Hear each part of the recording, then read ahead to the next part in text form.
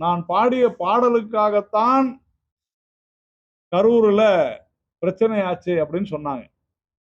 பாட்டிலுக்கு 10 ரூபாய் அப்படின்ற பாட்டை பாடினதுனாலதான் அப்படின்னு சொன்னாங்க. அதனாலதான் அந்த 41 பேரு உயிரிழந்தாங்க. அந்த பாட்டினுடைய தாக்கம் அதனால அடிச்சாங்க. இப்படி எல்லாம் பேசினாங்க. ஆனால் இன்றைக்கும் பாட்டிலுக்கு 10 ரூபாய், பாட்டிலுக்கு 20 ரூபாய் டாஸ்மாக் கடைகள்ல வாங்கிக்கிட்டு தான் இருக்கிறாங்க. ஒரே ஒரு இதை அமுல்படுத்த உடனே தாவேகாவை சேர்ந்த சிலர் சமூக ஊடகங்கள்ல உடனே அவங்க அதெல்லாம் உத்தரவு எப்போதுமே இருக்குது. நீதிமன்றமே உத்தரவு போட்டுருச்சு வாங்கக்கூடாதுன்னு. ஆனா இன்னும் அதான் செஞ்சுட்டு இருக்கிறாங்க. அதனால திரு ஜோசப் விஜய் அவர்கள் நம்முடைய முதலமைச்சர் உடனடியாக இந்த விவகாரத்தில் தலையிடணும். ஏனென்றால்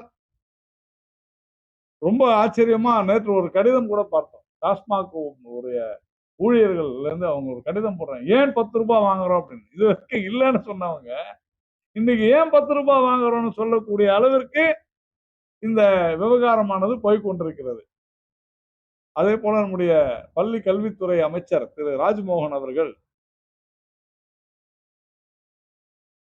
நிறைய சமூக ஊடகங்கள்ல இருந்து நல்ல ஒரு சப்போர்ட் தாவேகாக இருந்துச்சுன்னு எல்லாருமே சொன்னாங்க. சோசியல் மீடியால இருந்தாங்கன்ட்டு. ஆனால் அந்த சோசியல் மீடியாவே பார்த்துட்டு திரு ராஜ்மோகன் அவர்கள் பேசக்கூடாது என்று நாம் நினைக்கிறோம். அமைச்சர் பிஎம் ஸ்ரீ திட்டத்தில் நடந்தது என்ன, ஏன்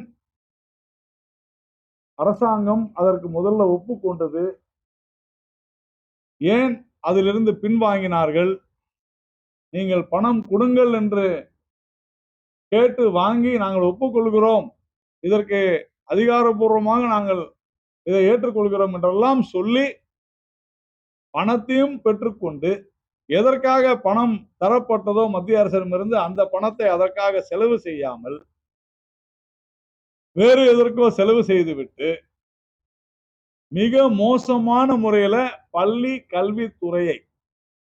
கல்வித்துறையை மிக மோசமான முறையில நடத்திய அன்றைய அமைச்சர் அன்பில் மகேஷ் அவர்களுக்கு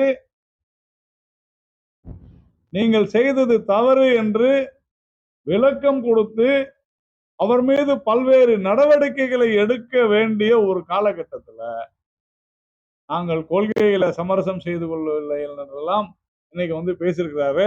மிரட்டலுக்கு பயப்பட மாட்டோம்ன்றாரு. அவர் திமுகவை சொல்லியிருந்தாருன்னா ஓகே. ஆனால் மத்திய அரசு யாரையும் மிரட்ட வேண்டிய அவசியமும் இல்லை. மத்திய பாஜகவும் யாரையும் மிரட்ட வேண்டிய அவசியம் இல்லை.